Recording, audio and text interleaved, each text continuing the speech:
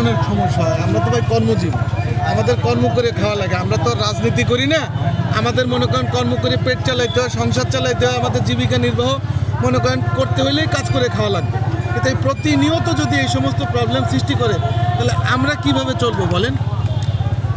এই বিষয়ে সরকারকে কিছু বলতে চান? সরকারকে কি বলবো ভাই, সরকার তো আছেই, আর সরকার থাকেও যদি মনে করেন এগুলোর সমস্যার সমাধান না করে, এই সাধারণ পাবলিকের যদি এই সমস্যার সৃষ্টি হয়, তারা যদি দেখেও না দেখে, তাহলে আমরা তো এখন অসহায় হয়ে গেছি ভাই। আমাদের অসহায়ত্ব ছাড়া আর কোনো কিছু নাই। এটিকে একটা সভ্য দেশের মানুষ আপনি বলেন, আপনারা বলেন যে এইভাবে চলতে পারে দেশ? একটা কিছু হইলেই রাস্তা বন্ধ, তাহলে এই বন্ধ লক্ষ লক্ষ মানুষের আপনি দেখেন এখানে বন্ধ হওয়ার কারণে টোটাল এন্টার সিটিতে মনে করেন এই সমস্যা। এবং এদের আপনি কোনো রকম এক্সকিউজ করলে এরা আপনাকে কোনো রকম ছাড় দিবে না। অন্যান্য সময়ে হরতালের সময়ে তো মনে করেন যে ওষুধের দোকান, ইমার্জেন্সি কোনো কিছু থাকলে সেটা মনে করেন ছাড় পাওয়া যায়। এদের ক্ষেত্রে আপনি যান এক্সকিউজ করেন, ওদের পায়ে ধরলে ওরা এটা মনে করেন যে ছাড়বে না। এটা কোনো কথা হইল? ভাই তারা অধিকারের জন্য করতেছে, তো মানুষের দুর্ভোগ সৃষ্টি করে অধিকার আদায় করা কি সম্ভব আপনি বলেন? আমরা এদেশেরই তো মানুষ নাকি আমরা অন্য কোনো জায়গা থেকে আসি? আমাদেরও তো অধিকার আছে রাস্তায়। আমাদের কি অধিকার নাই? আমরা মানে বাধাহীনভাবে আমরা চলাচল করবো, এটা আমাদের অধিকার না? এইভাবে যদি মনে করেন প্রতিনিয়ত সমস্যার সৃষ্টি করে, তাহলে ওরা কি সমস্যার সমাধান করতে পারবে বলেন? এখানে লক্ষ লক্ষ মানুষ মনে করেন যে কর্মের জন্য বেরোয় রাস্তায়, ওরা প্রতিনিয়ত এরকম করবে।